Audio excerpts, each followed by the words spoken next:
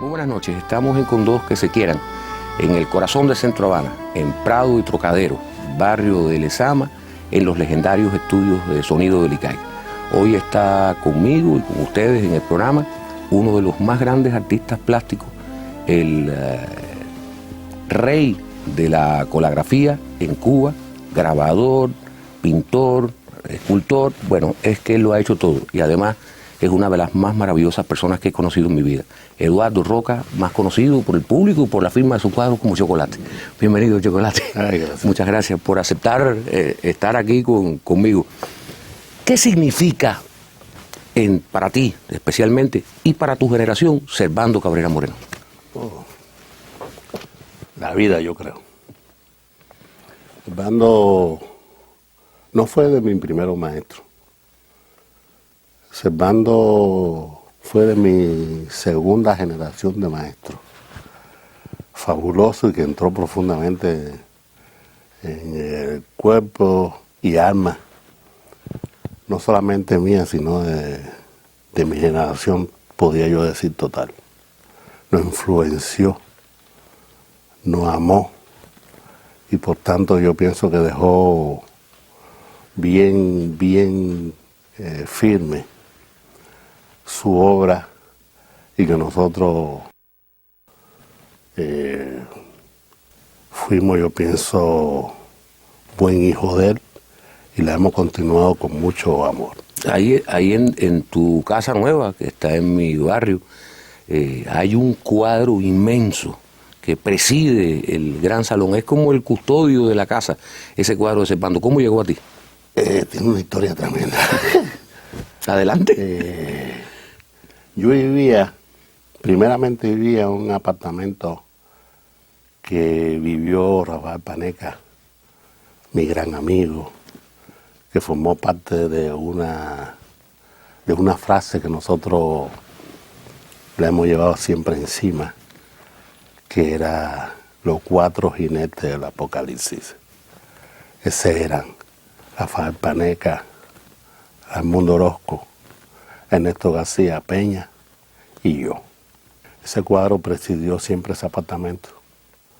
Después Paneca vivió en otro lado y ese cuadro, como pertenecía a él, se fue.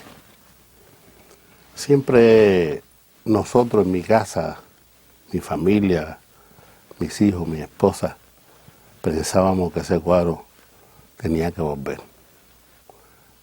Y volvió y no recuerdo bien de qué forma. Yo sé que no se fue nunca.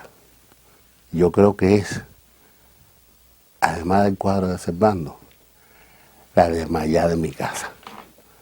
Porque presido los tonos azules. Dicen los religiosos de la religión afrocubana, mis amigos, Claro. Brujero, Babalao, que yo soy hijo de Yemayá. Y por tanto ese cuadro tiene que estar en mi casa, ¿no? Bueno, normalmente ellos tienen la razón, así que qué bueno que está en tu casa. Ahora, Pues sí. tú naciste en Santiago de Cuba. Eso se sabe porque cualquiera que averigua de ti sabe que tú eres santiaguero.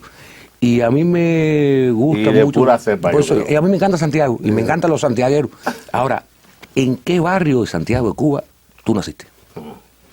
Yo nací en un barrio de Santiago de Cuba que podía haber sido como el barrio de aquí en La Habana, que se llamó Que sería La Yagua. La Yagua. Y mi barrio se llamó La Manzana de Gómez.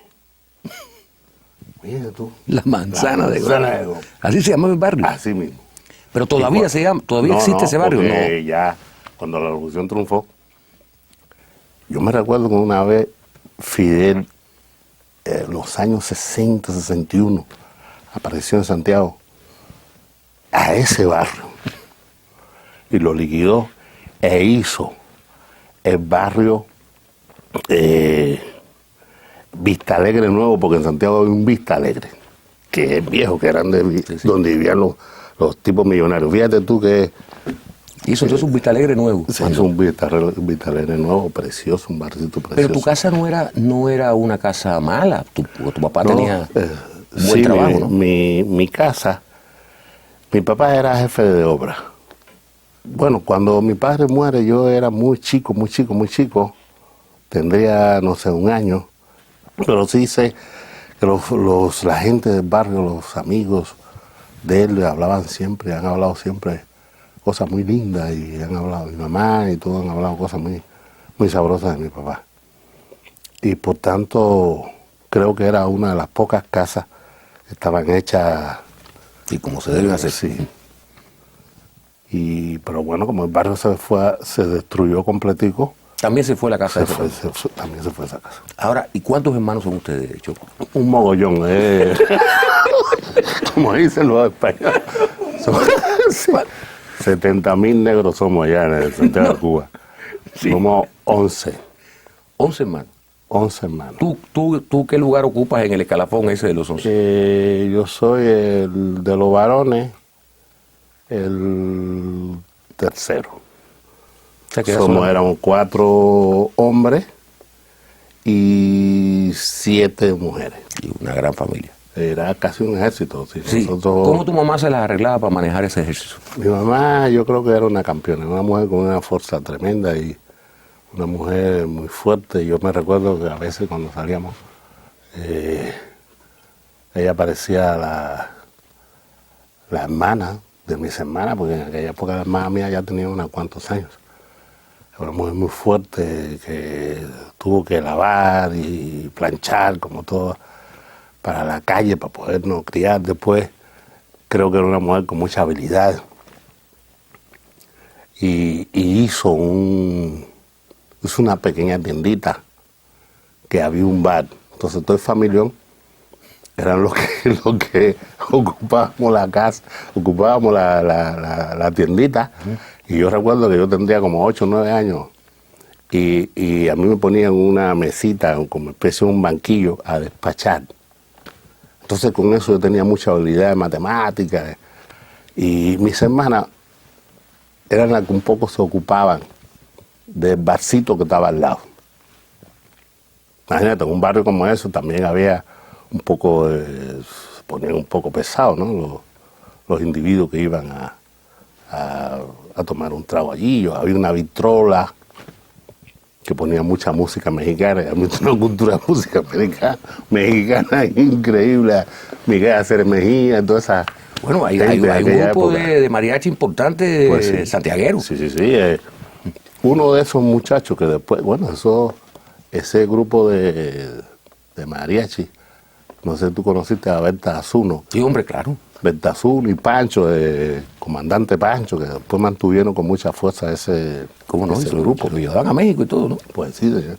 Parecían auténticamente mexicanos, un negro con el sombrerote así. Imagínate tú tocando el violín como si fuera uno de los mexicanos. Y yo digo, bueno, sería de la cosa atlántica. Ya haber oído tú aquello. Sí. Mira acá, tú sabes, Choco, desde que yo te conozco, y te conozco hace como 40 años, que sea, son muchos años, siempre cuando yo pienso en ti, cuando yo veo los cuadros incluso tuyos que hay en mi casa, que hay 2, yo miro y veo los cuadros, pero siempre pienso en tu sonrisa.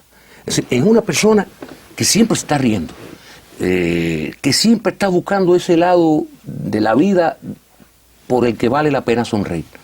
Y yo, ahora que tú me hablas de tu barrio, ¿cómo era la atmósfera en tu barrio? Lo que tú me estás contando es como para que tú estuvieras siempre serio. Y sin embargo, ¿cómo eran tus juegos de niño? ¿Qué cosas tú hacías ahí en el barrio que nos han revelado después la gran alegría que tú tienes de vivir, ¿no? Nosotros jugábamos mucho a lo escondido,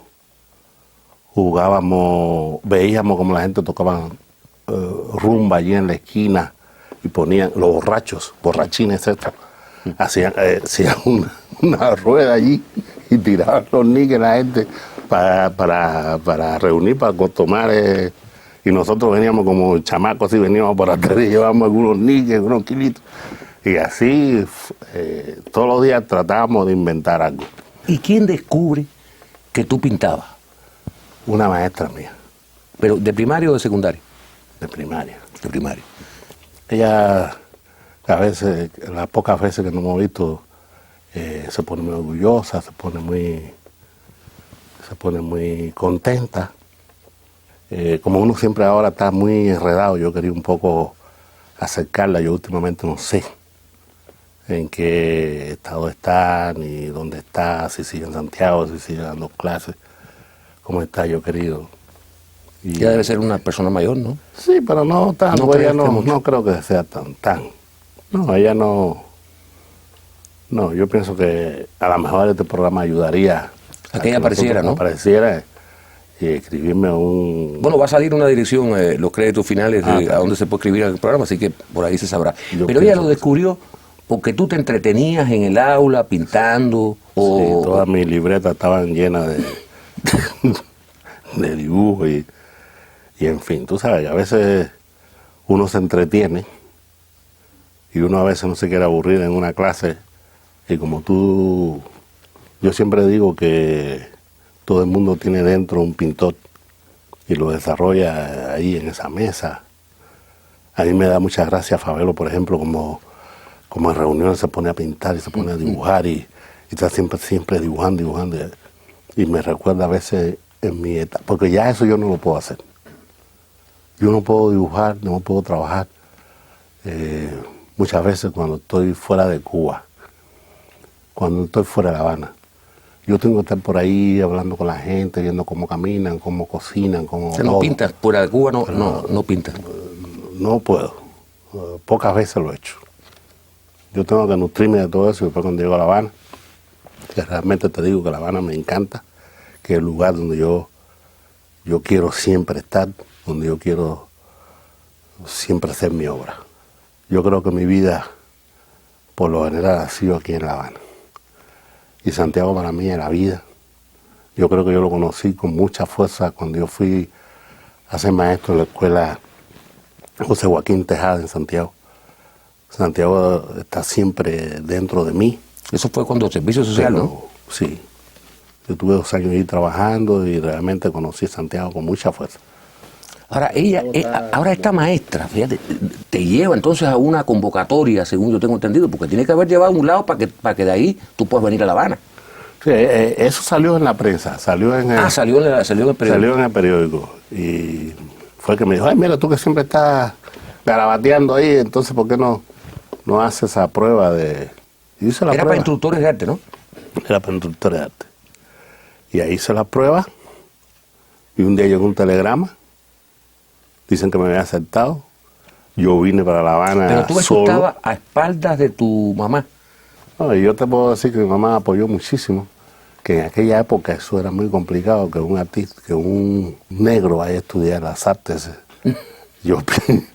La gente piensa en otra cosa. Ahora no, ahora todo el mundo quiere de cualquier color estudiar arte. Pero en aquella época eso era muy complicado. Y eso que yo no iba a estudiar ballet. A lo mejor si yo estudiar ballet, a lo mejor la familia me hubiese cogido y me hubiese solcado en la puerta de la Yo le casa. voy a explicar cómo voy a hacer ballet folclórico. Oye, Chocolate, ahora yo tengo una imagen así, veo a ese niño, no sé de qué edad, 13 años, 12 años, que se monta en un tren en Santiago de Cuba y se baja solito con una maletica de madera y llega y se baja en la terminal con un telegrama en la mano y llega aquí a La Habana solito.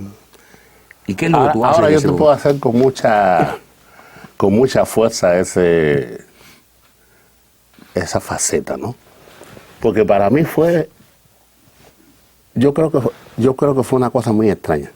Yo creo que cuando yo me fui a Santiago, mi mamá me dio una maletica de palo, de rayita esa que, ¿no? Un suetecito y 5 pesos. Yo vine en una guagua Canberry de esa impresionante que había en Cuba. Tenía tamaño para mí. Yo estaba impresionado en aquella guagua. Y nunca me bajé la guagua hasta que no llegué a La Habana.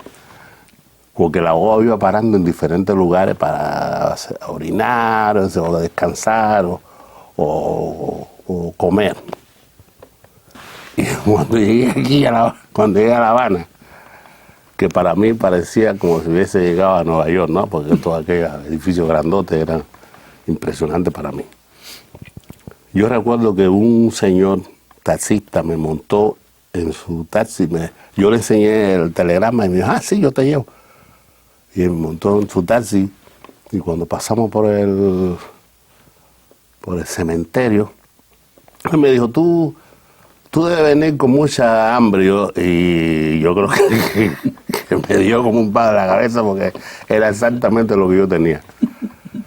Y dobló así y paró en la cafetería La Pelota. En aquella época la cafetería La Pelota, aquello era una cosa impresionante, con unas luces increíbles, con unos bates, y tenía unas fotos de peloteros. Y él me invitó, el taxista me invitó. ¿Te acuerdas que te invitó? Es una cosa impresionante. El taxista me invitó a comer, a merendar, y me dio un sándwich, en aquella época un sándwich así, que le llamaban ladrillo, porque era una tonelada de carne y un trocito de pan así, era un sándwich así grandísimo, con una latica de jugo. Después me llevó a la escuela, que era en el Hotel Comodoro.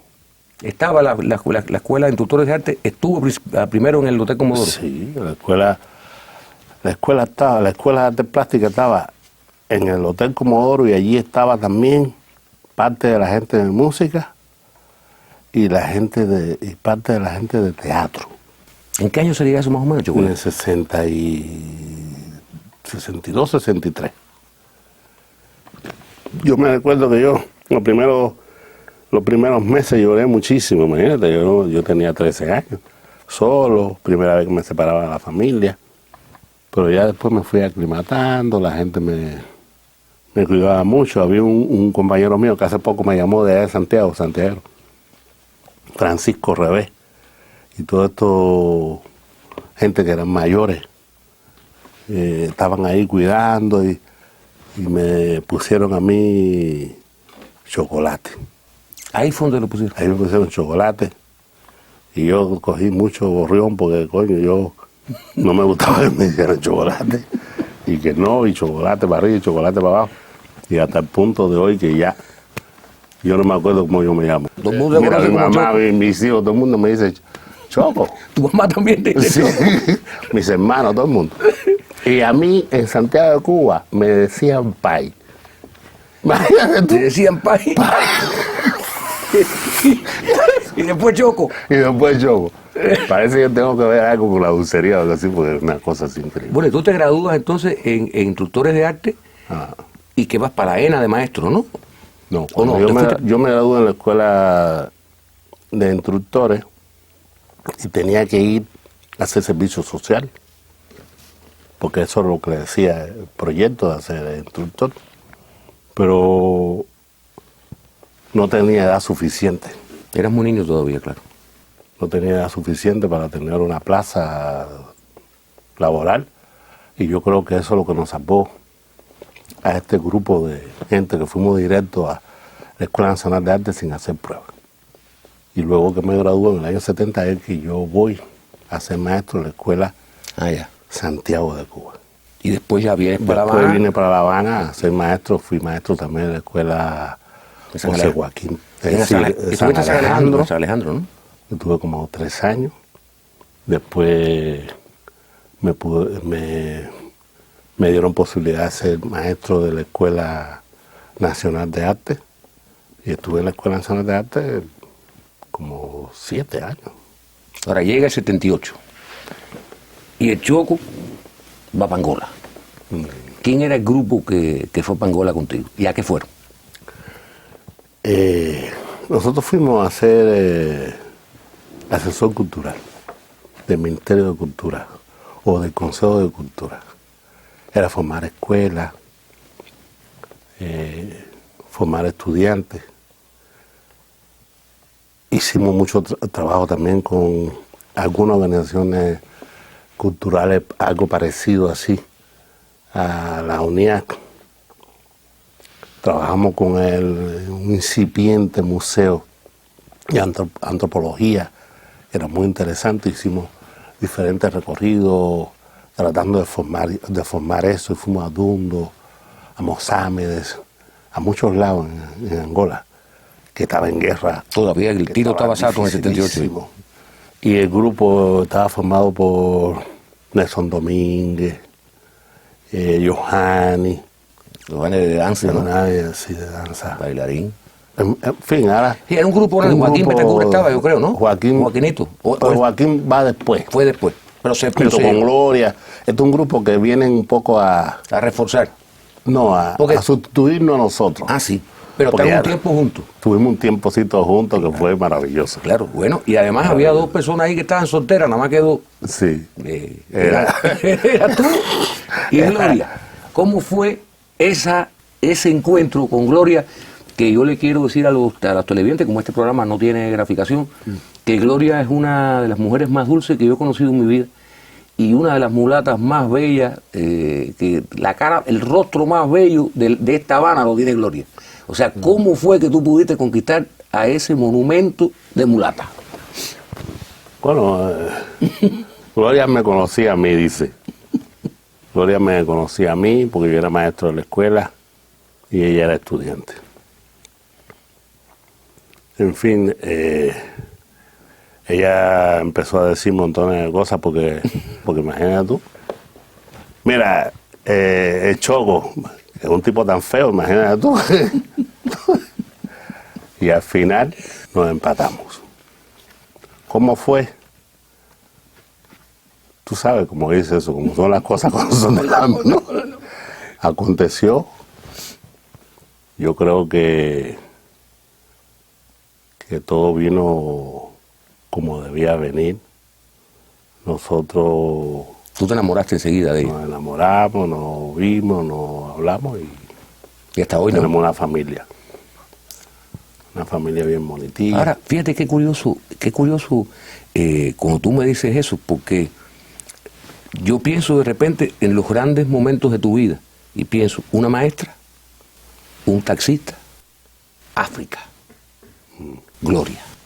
O sea, cómo hay una secuencia, ¿no? ¿Cómo tú ves ahora a Gloria en la distancia? ¿Cómo es ella como tu compañera, la persona que más te defiende en el mundo, la que más te protege?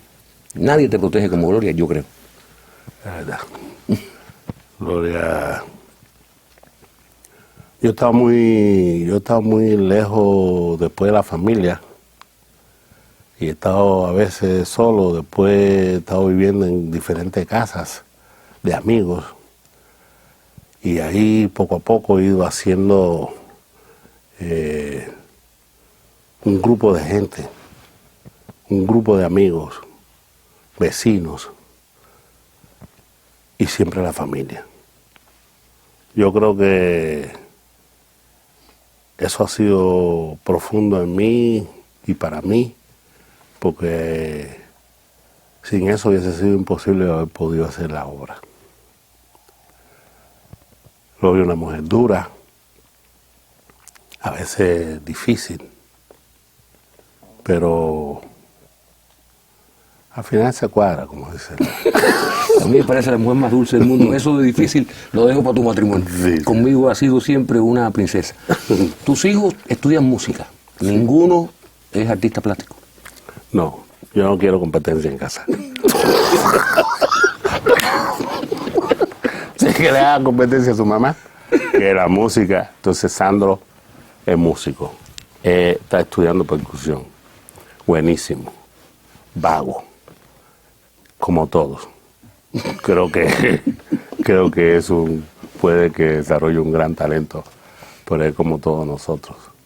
Siempre dijeron, no, pero mira tú, Amaury es tremendo cantante, pero cuando era chama era tremendo descarado y era no sé qué más y no iba a la escuela.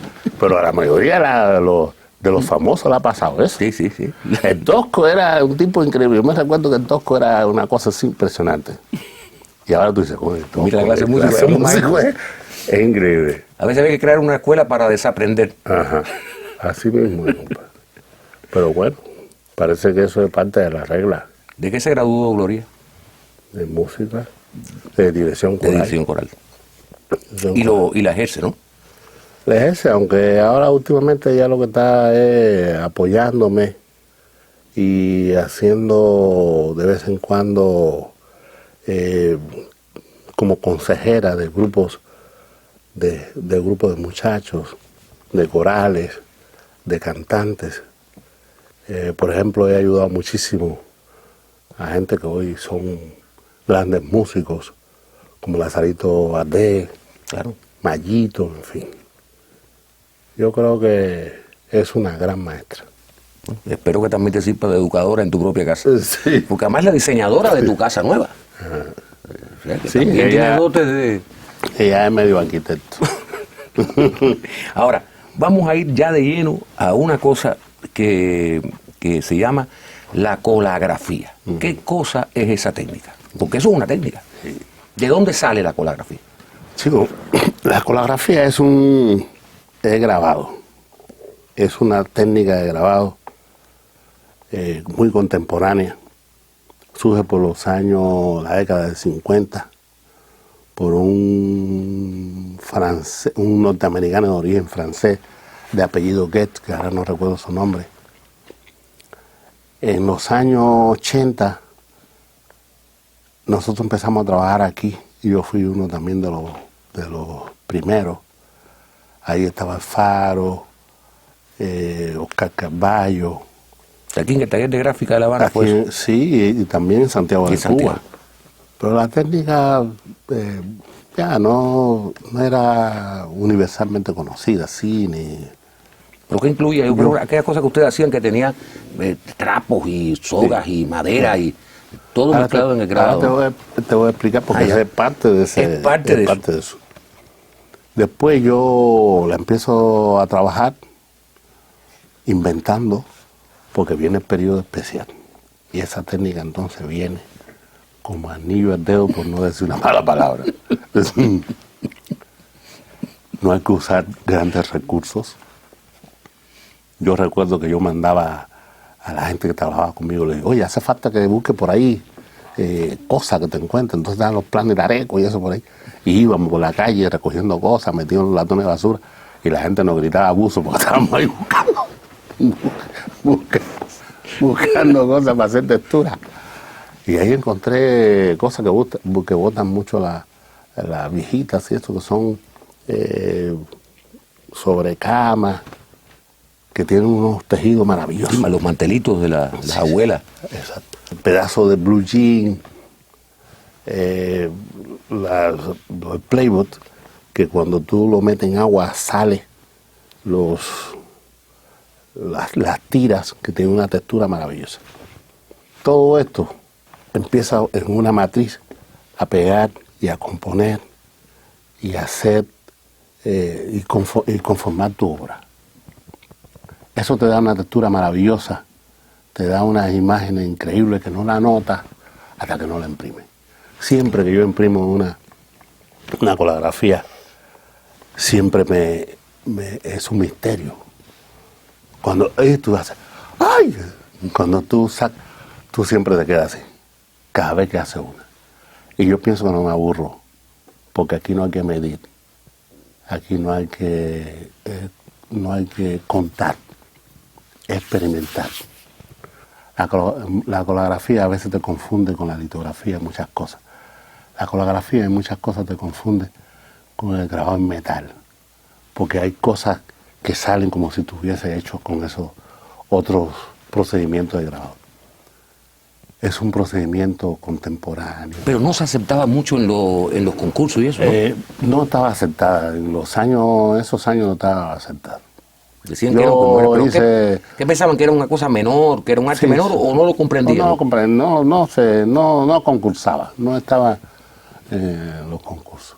Yo después empecé a hacer diferentes cursos en España, Japón, en el propio Estados Unidos. Hice varios cursos en diferentes universidades. Y aquí había diferente gente maravillosa, como Becky Ayón, por ejemplo, que desarrolló con mucha fuerza la colagrafía sin utilizar color. Lo hacía en blanco y negro y le daba una riqueza de grises impresionante, ¿no? Y ya a veces me llamaban de diferentes lugares diciéndome, óigame, usted que inventó la colagrafía. Y yo, no, yo no. Eso, ojalá que hubiese sido yo. ¿No? Yo lo que pasa es que como es el periodo especial aquí, yo inventaba cualquier cosa, todo lo que aparecía y que le puedan dar vida a eso, la usaba. Cogí arena, hasta un día fui a buscar arena ahí allá a la Playa del Este, con mi impresor, Y cuando estábamos ahí cogiendo con una bolsita, llegó un policía. Y, oye, que usted no puede coger la arena. Y yo, ven acá, mijo, si yo no quiero una bolsita de arena ahí. Además, la arena esa está botada. Sí, no voy a hacer una playa en mi casa. Hasta la arena de mar se puede utilizar para hacer millones de cosas con la grafía. Yo creo que es un procedimiento muy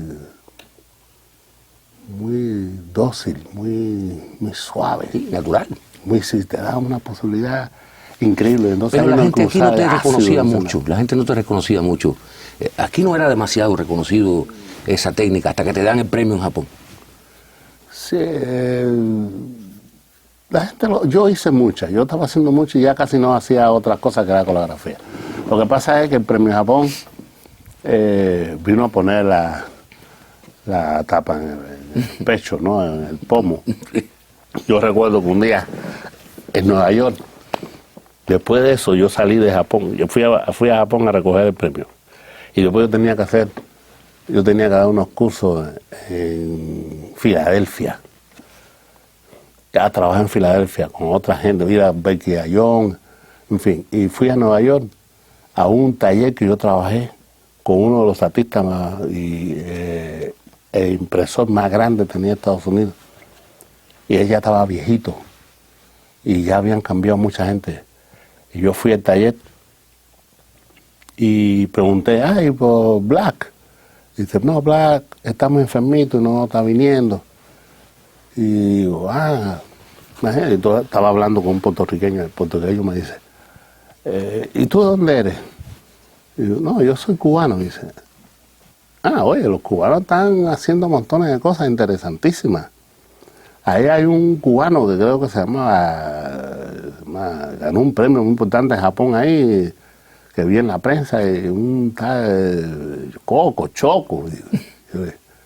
Y yo me quedé así mirando, y digo, mira, soy yo, me dice. Se quedó así, como si yo estuviera diciendo... Sí, una mentira. Una mentira, ¿no?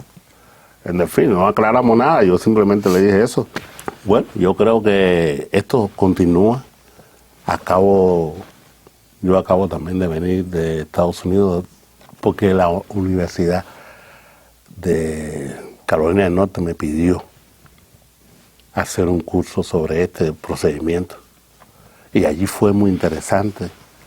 Y creo que si las situaciones no se ponen difíciles, podemos establecer un intercambio de estudiantes, que por hecho se está haciendo, de estudiantes y de artistas que vengan y que vayan.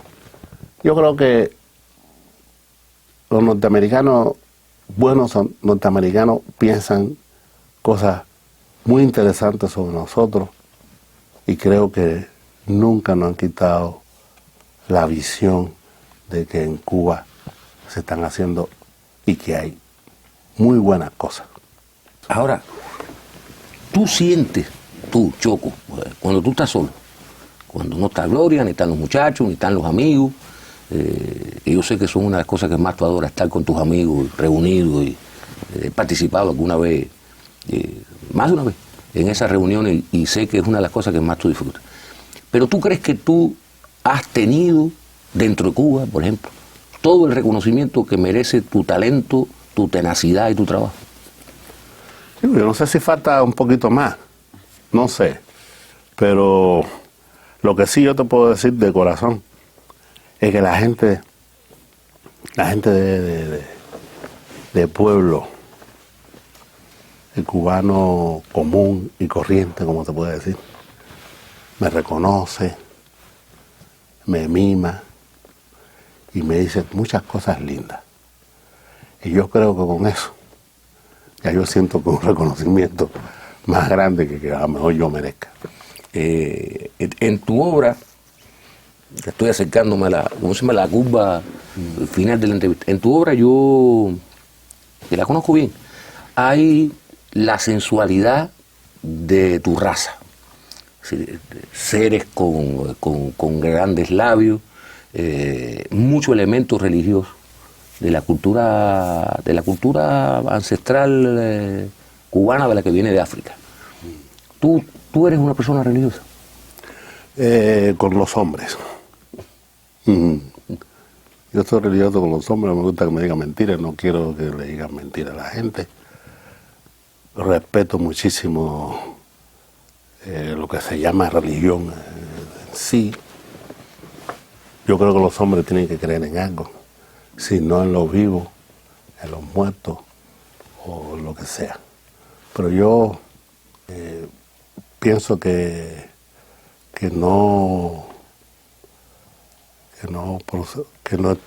estoy en ninguna religión, que me gusta hablar con los avalados, con los espiritistas, que me miren, que me digan, porque además yo lo he llevado, creo que es una cosa, a veces siento que es cosa muy misteriosa, porque he visto eso en África, en Haití, en Brasil, porque he estado allí. Visto eso en otra forma en algunos pueblos españoles. Creo que el hombre piensa en eso. Yo lo pongo en mi obra porque detrás de la puerta de cada casa hay algo, un amuleto, cualquier cosita para espantar los malos espíritus. Y porque además la religión afrocubana, como se dice, yo digo que es religión cubana, ¿no? Como todos nosotros los cubanos, es parte de nuestra cultura, es parte de nuestra vida y por tanto yo la tengo de una forma u otra que refleja. Porque pienso de que, porque lo he visto en mi casa, lo he visto en mi familia, lo he visto en los amigos, que con fervor algunos creen en eso y lo practican. Entonces, eso merece un respeto. Bueno, igual que hay musulmanes, católicos, religiosos, afrocubanos, de todas las tendencias, espiritistas. Para terminar, ¿tú crees que ser cubano es una religión? Yo pienso que sí. Y fuerte. Vamos a creer en fuerte, sí, señor. Te quiero mucho. Igual, Muchas gracias por haber venido. Coño, gracias por invitarme.